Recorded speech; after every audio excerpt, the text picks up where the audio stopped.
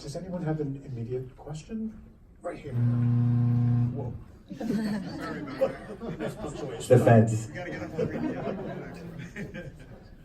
So thank you very much for making the film. I was thinking throughout, while watching it, that it must have been really challenging for you as a filmmaker to maintain a certain distance.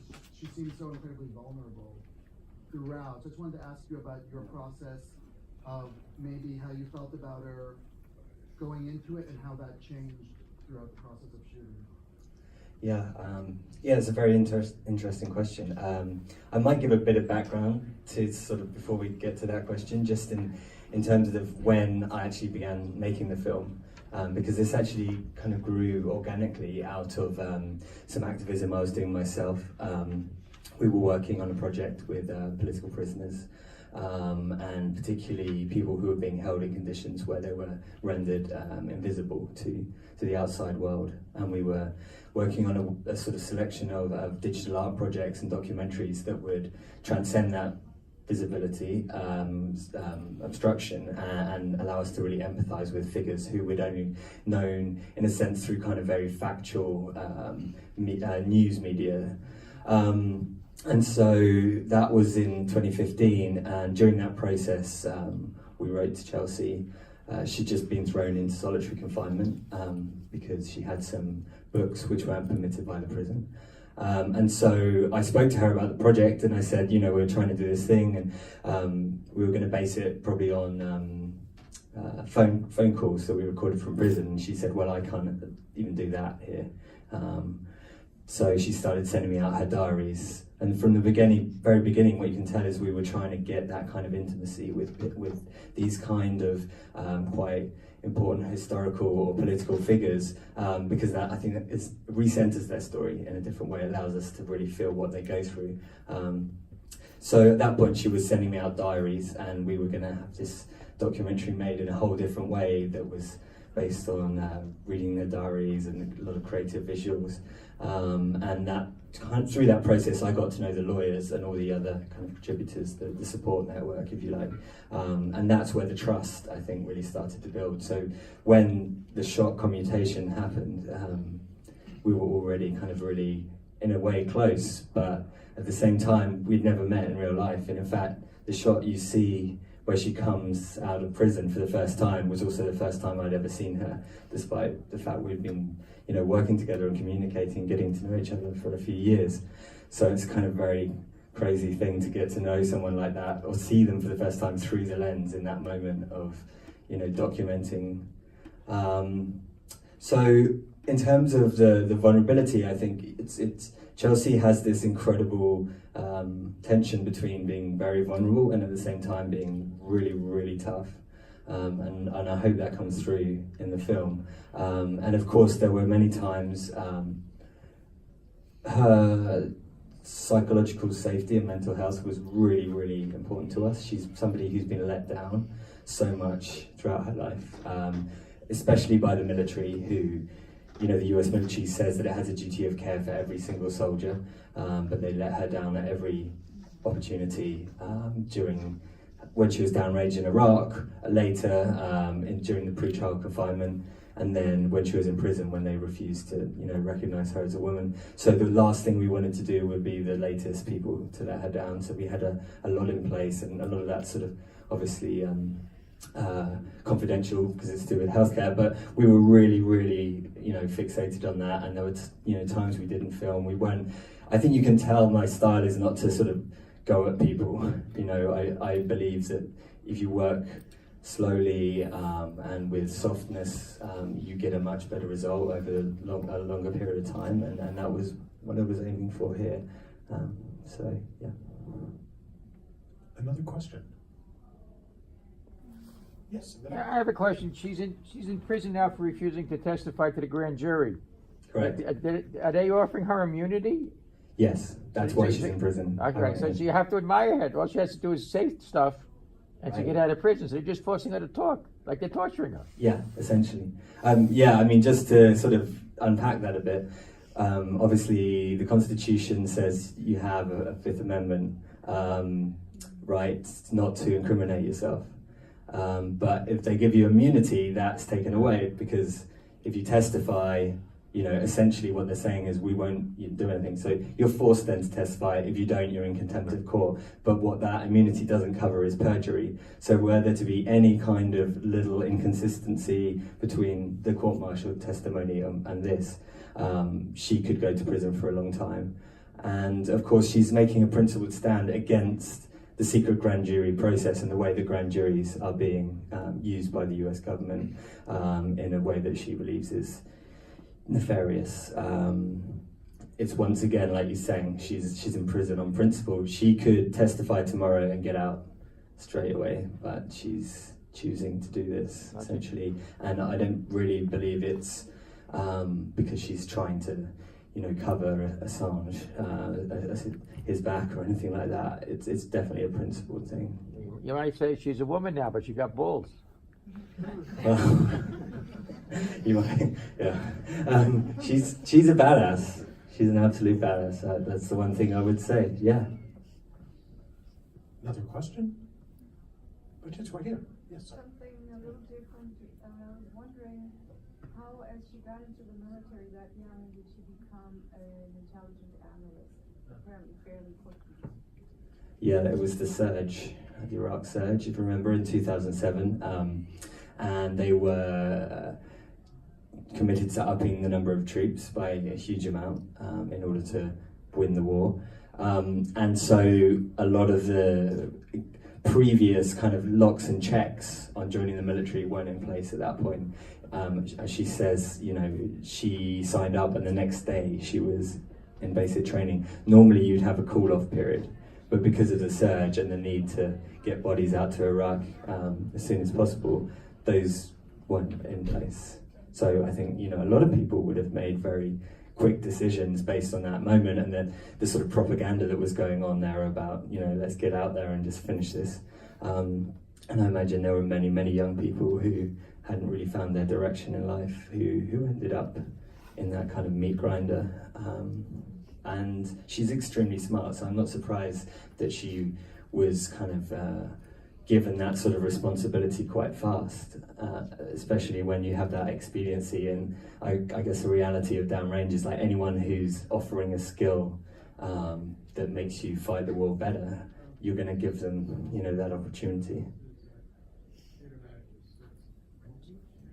Yeah, wonderful film, congratulations. So my question is, are you still in touch with her? Are you able to be in touch with her? And I've heard that she is back in solitary, and is that true? And if so, is she psychologically strong enough to deal with that? She's no longer in solitary, luckily.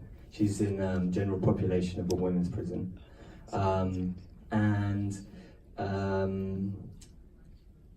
Sorry, what was the first part of the question? I just want to know if you're able to. Oh, if I'm able to communicate, yeah. So the prison is classifying me as just media at the moment, which means she's not allowed to talk to me directly. But I can speak through lawyers, and we have other avenues to pass messages back and forth. But yeah, not directly, and obviously not allowed to go and visit the prison. Very much hoping she won't be in for much longer. And will be able to join us as we get this film out. But we really don't know because these processes are so arbitrary. The grand jury, as Nancy says at the end, they could wrap it up so she could come out, and then 2 weeks later they could start a new one.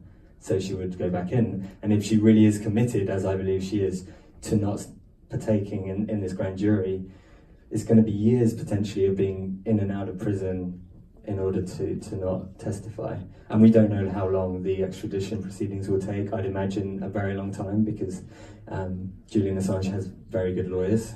And yeah, it's a very sort of muddy area of the law, extradition. Britain has actually refused to extradite people under quite similar circumstances. But I think this is such a high profile political incident, and he's such a political figure that the US will do whatever they can to lean on the UK government, which has consistently shown itself to be nothing but a poodle of the US, of US power. in the back. There's been such a twist of events and news that created the ending for this film, but what did you have as the ending of this film before all these last minute changes you had to implement? Good question. So the film ended in a very similar place, with a slightly more uplifting sense that she was taking downtime, and so there were shots of her with friends. It's kind of self-shot archive footage of her looking much more relaxed and as if she's been extracted from the public eye, it's so sad because I really felt like, thank God, I think this is going to be a sort of period of convalescence that will lead to what we all, I think, hope, if we care about her, which is that she's going to find some stability and a place just to be herself and not have to fight all these things. But at the same time, I know her and I know that she kind of needs to fight. It's in her DNA. As you see in the film, there's sort of a period where she's considering, I think, withdrawing a bit more, and she just kind of can't. She has to throw herself into the political maelstrom and launch that sort of ill-fated Senate bid. As a filmmaker, this is kind of similar to that question, but obviously you set out on this project a couple of years ago. How different is what you were attempting to create versus like the actual product? It couldn't be more different because, as I said, the film, she was originally serving a 35-year sentence. I don't think anything Obama had done to that point really indicated that he was going to make such a bold move. So we thought it would be a very much more creative film without Chelsea in it.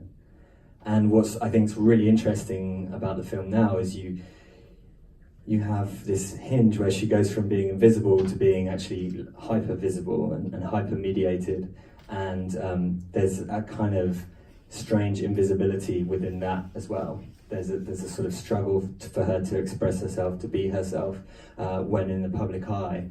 It's a cruel irony that she stepped into probably the worst, I'd say, sort of time to be a public figure that has ever existed in many ways. And that level of kind of divisive rhetoric really, got to her. And you can see that, and I think maintaining your integrity and voice as someone like Chelsea Manning in a time of, hypermediation, social media is almost as much a challenge as it is to have a voice when you're locked away in prison. We have time for one more question. I have a question. Can you tell us about what the distribution plans or community engagement or outreach plans are for the film? Yeah, so we sold the film to Showtime before Tribeca. That I thought was a really great move because we wanted to reach a wide audience, and a very diverse audience, and perhaps the kind of people that wouldn't normally come and see a Chelsea Manning film. Because I think the film can hopefully get through some of those barriers because it is a very personal film and it's character portrait rather than, bombastically talking about some of the more inside baseball nature of the Wikileaks case and the disclosures.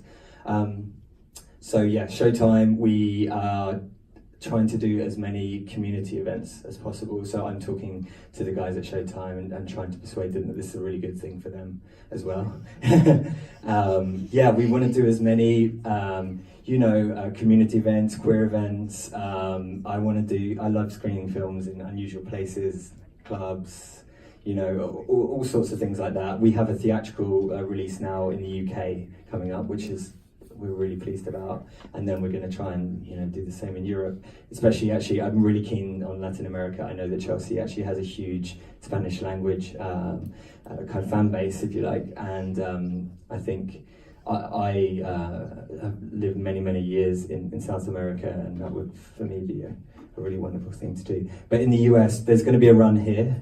And they'll run in LA and in Portland, and I hope some more, but we have a very narrow window of time before the broadcast. I imagine once the broadcast happen, they might be more liberal as well with other kind of events.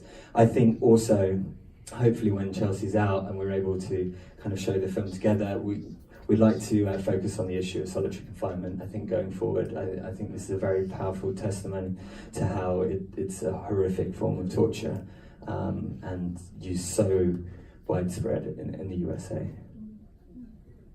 Thank you so much, Dan. Thanks everyone.